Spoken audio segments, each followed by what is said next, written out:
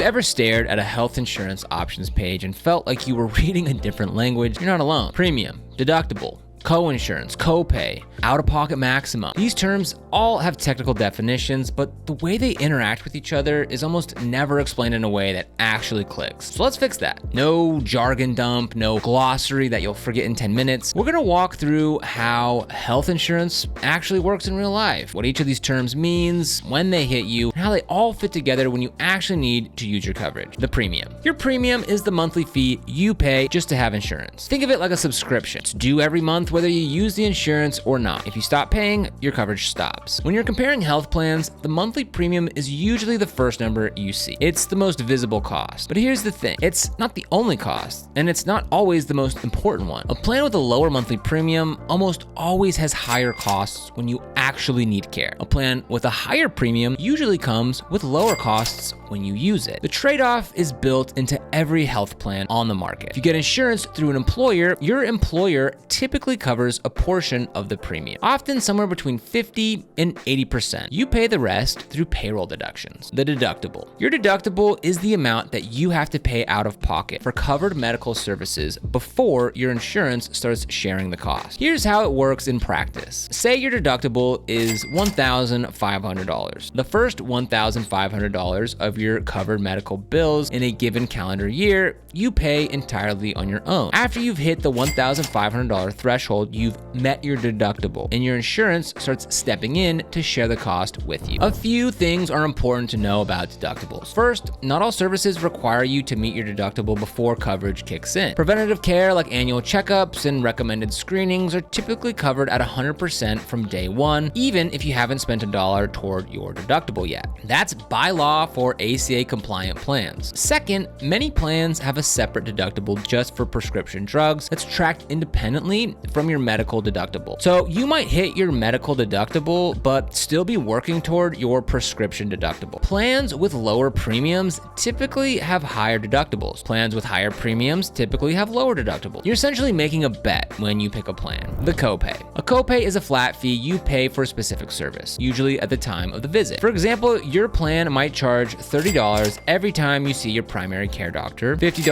for a specialist visit, or $10 for a generic prescription. You pay that fixed amount and insurance handles the rest of the cost for that service. One thing that confuses a lot of people, copays often apply separately from your deductible. You might pay a $30 copay for a doctor's visit even before you've met your annual deductible. This depends on your plan. Some plans apply copays from day one. Others require you to meet your deductible first before copay rates kick in for certain services. Your plan's summary of benefits will spell out which services require the deductible first and which use copays from the start. Copays are a good thing from the patient's perspective because they're predictable. You know exactly what a primary care visit costs before you walk in the door. Coinsurance. Once you've met your deductible, coinsurance is the cost-sharing arrangement that kicks in. It's expressed as a percentage. A common structure is 80-20. That means after you've hit your deductible, your insurance pays 80% of covered costs and you pay 20%. So if you have a $1,000 medical bill, after you've met your deductible, you pay $200 and insurance covers the remaining $800. Different plans have different splits. Some are 90-10 where you only pay 10%. Some are 70-30 where you pay 30%. The lower your share of the percentage, the less you pay per service after the deductible. But those plans generally come with higher premiums. Now stick with me because the next two pieces, the out-of-pocket maximum and what actually happens when you get a medical bill, are the parts that most explainers skip and that can save you real money if you understand them. The out-of-pocket maximum. This is the most important protection in your health insurance plan, and a lot of people don't fully understand what it does. Your out-of-pocket maximum is the most that you'll pay in a single calendar year for covered medical care. Once you've paid that much between your deductible, copays, and coinsurance, your insurance covers 100% of covered costs for the rest of the year. You owe nothing more. In 2026, the out-of-pocket maximum for marketplace plans is capped by law at $9,200 for individuals and $18,400 for families. That's the ceiling on your worst case scenario in any given year. Here's why this matters. If you get a serious diagnosis mid-year and rack up $80,000 in medical bills, you're not personally responsible for $80,000. You're responsible for up to your out-of-pocket max, and then insurance covers everything else. That protection is what health insurance is fundamentally for. How they all work together.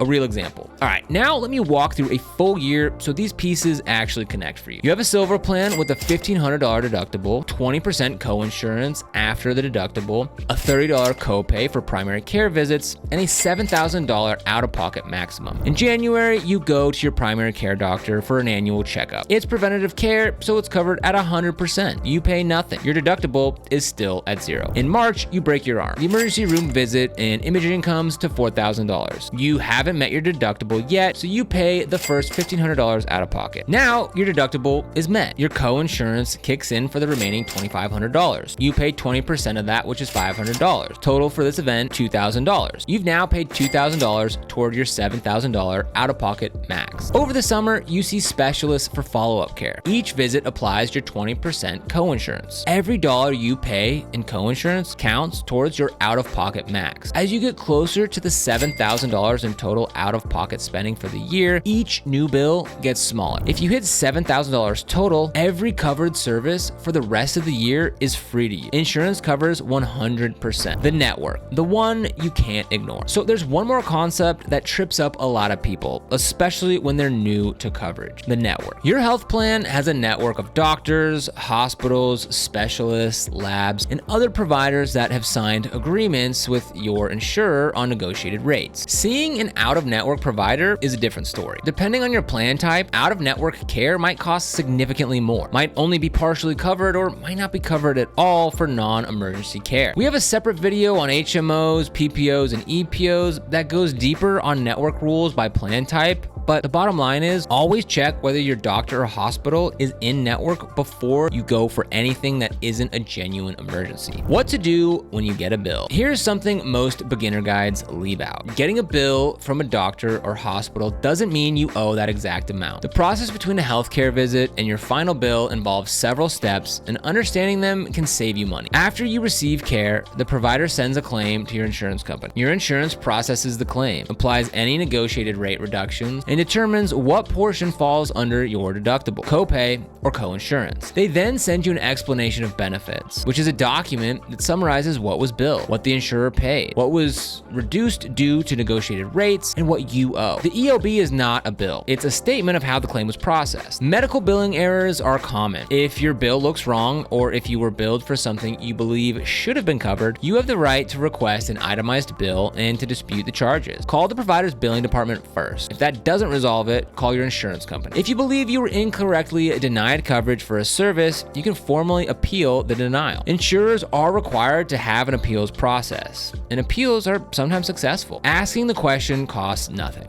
If this video is helpful, make sure to give it a like and subscribe for more of this. We cover insurance in plain terms every single time. But other than that, thank you so much for watching, and I'll see you here in the next video.